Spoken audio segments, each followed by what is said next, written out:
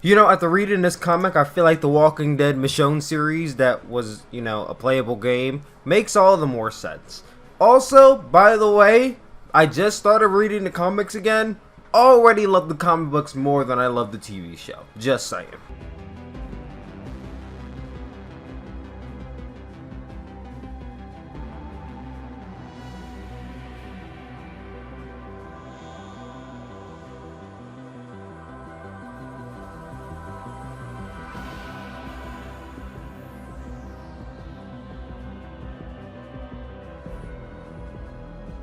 Hey, what is up, you guys? It is Tyler. Welcome back to the Tyler Williams channel. Welcome to our very first comic book review. This is the very first time I'm ever reviewing anything comic book related on this channel. As you guys know, I'm a big fan of The Walking. Well, was a big fan of The Walking and not too big a fan of the show now. But one thing that has been catching my eye these past few weeks is The Walking Dead comics. I just got back into The Walking Dead comics on issue 173. We're now on 176, and I'm like, you know what? How about this might be good content for my channel? Why don't I just review The Walking Dead issue 176 that just dropped today? As you guys know, The Walking Dead comics drops every once a month and has been going on for years now. So let's jump into this. So, if you guys are not caught up on any of the issues of The Walking Dead, I'd say you guys should turn away right now and go watch some reviews of other issues to catch you up. If you are just getting here from issue 175, then you come to the right place. And if this will contain spoilers from the TV show if you are not caught up. So, please be caught up before you watch this, so that way you can avoid spoilers. If you don't care about spoilers, then hey, continue on. Alright, so we are on 176. We are going into this new storyline called the New World Order. New World Order. New World Order. No, not WWE's New World Order. The Walking Dead New World Order. Which I've said in a previous video how I think the show should kind of skip the Whisper War and go into the New World Order storyline, as we kind of planted the seeds for it. And I feel like this storyline, it's already been like 1 or 2 issues and it's already caught my eye. I already am very much caught up in this storyline. And it ended greatly in 175. Basically, in 175, they found this place, this community, and they got escorted there. And Michonne comes across this billboard of pictures. And she finds her picture. And it says, "Can you find my mom, Michonne?" And yeah, it basically is like, Michonne's like, oh my god, my daughter's alive. And that's kind of where we get into 176. So issue 176 starts and Michonne's kind of freaking out like, I want to see my daughter, goddammit. And dude's like, chill out, Michonne. We're going to have you go see your daughter soon. I need you to chill. So this, once again, I must say, this is pretty interesting because, we know about Michonne's family and, how presumably they died. I don't think anyone saw this coming. I don't think anyone could just say like, oh, in this issue, I feel like they're really going to touch up on Michonne's daughter because it's like she doesn't mention them ever. It's kind of like I don't want to say she forgot about him, but she kind of just like suppressed those memories. And then that just kind of brought the motherly side out in her. So it's all pretty interesting seeing her go into mother mode like, I want to see my kids, I want to see my kids. And the dude's like, chill out, we're going to get you there. Michonne's like, my daughter, Elodie, she's alive, she's looking for me, I need you to escort me to the place. And the dude's like, alright, fine, but before we go there, I need to take you to, our leader. Take us to your leader, basically stuff. And in the next frame, we see a picture of, by God, that is a lot of people. But this picture kind of reminds you of Woodbury in a sense. You guys remember, of course you guys remember Woodbury. It was ran by the governor, which is going to come up a little bit later. But it's just this big community of people. That's about at least like 100 people in that picture alone. They have horses. They have those like guards. It looks like a very happening place right now. Like they got everything down packed. And mind you guys, they're in a well gated, safe area right now. Well, at least we think it's safe. We don't really know. Of course, as we've seen in previous storylines, it's probably not the safest place to be.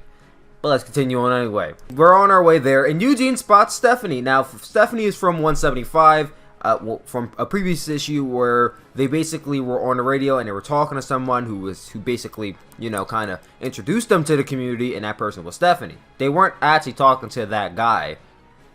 I can't think of his name right now, but they weren't actually talking to that guy. They were talking to her. And when they came up to the gate, they were expecting her, but they came up to him.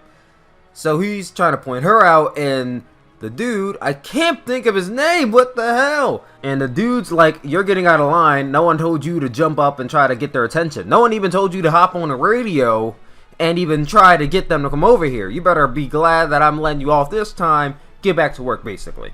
Came off as a major dick. And this guy came off as a major dick pretty much the entire time, even though he's trying to keep it together. But you could tell. So he escorts them to this area, and inside, it looks like a bank. Actually, I'm pretty sure that this place is a bank. And a dude welcomes. He's like, welcome. It's a pleasure to meet you. My name is Maxwell Hawkins, and welcome to the Commonwealth. First of all, I want to say that this dude looks like Colonel Sanders if he was bald. He looks like he's about to sell me marijuana laced with acid that's going to have me tripping balls for the rest of the issue. But nonetheless, he's like, hey, how you doing, guys? Welcome to the Commonwealth. Introduce yourselves. So basically, he's trying to get information from them. And he asks Michonne, and Michonne's like, I was a lawyer. And he's like, public defender? She's like, yeah.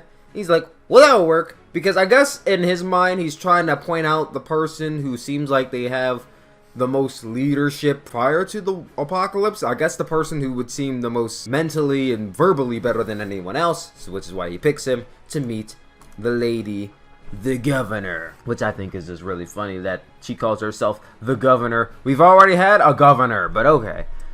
So we are taken to meet this lady. So we are then introduced to basically the lady who was in the cover of the picture. We're introduced to Pamela Milton, the governor of the Commonwealth.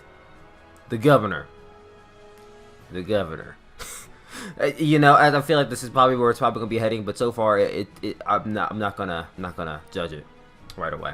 And she's basically trying to break down what the place is all about, and you know, given the whole shtick that she probably gives everybody.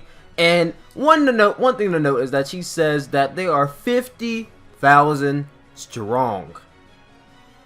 50,000 people live in that one area. Like I said, guys, that is a stadium-size community that they're living in. So number one, they can't take over if they wanted to. And number two, this is probably the safest they're probably ever going to get. 50,000 people living here. Now, of course, we don't know how long it's been there, but assuming that many people are in that area, that place has to at least be around for years. So, I'm already thinking that, you know, this seems like a stable place. Maybe she shouldn't be tripping balls yet. And to Michonne's defense, she actually was able to keep calm throughout most of it.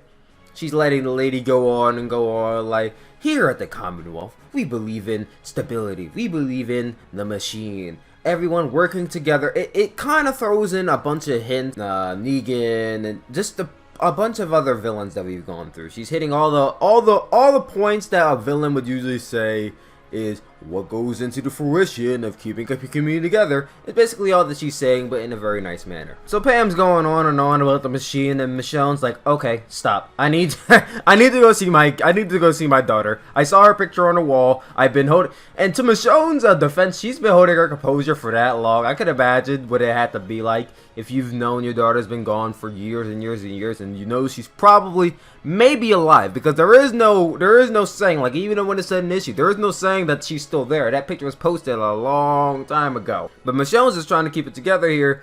And shockingly, Pamela's like, as a mother myself, I can imagine where you're coming from. And she's actually pretty surprised that Michonne kept together, and she actually is like, come on, let's go see your daughter. And I was shocked. I thought there was going to be she was going to be like, I'm kicking you guys out or something, but she takes Michonne to go see her daughter, Elodie. And I'm like, wow, okay. All the power to her. And that's when we get to the end of the issue, which was probably one of the most heartfelt moments I've had in the show and or comic books in a while. We see Michonne get taken into the bakery that was left on the card, and we see this girl, and she comes out with a cake, and she's like, all done. And she has Michonne's hair. She looks like Michonne in the face, and it's like, I was just like, oh, I was just saying that in my head the whole time. And you see Michonne looking at her, and the guy's like, what's going on, Elodie? And we know that's them, and they look at each other, and Michonne's like, it's me, baby. And the cake drops, and they hug. It was just so touching. I love this issue. It was a Michonne-driven issue, and I have no problem with that. But this issue was very heartfelt, and I like this issue. You know, not every episode has to end badly. I know we're in an apocalypse, but it doesn't have to end badly every single time, right? I know we gotten used to that, but seeing this and seeing Michonne regroup with her daughter after all these years is just hits you right in the feels, man. Hits you right in the feels. So I really like this issue. Looking forward to the next one. But anyway, thank you guys for watching this video. I love you guys as always, and make sure you guys like this video. Comment down below if you guys want to see me do issue 177. I don't know if you guys are going to like this or not, so tell me, do you guys like this? Do you guys want to see more of this? So yeah, tell me. I love you guys as always. I'll talk to you all later. Peace out.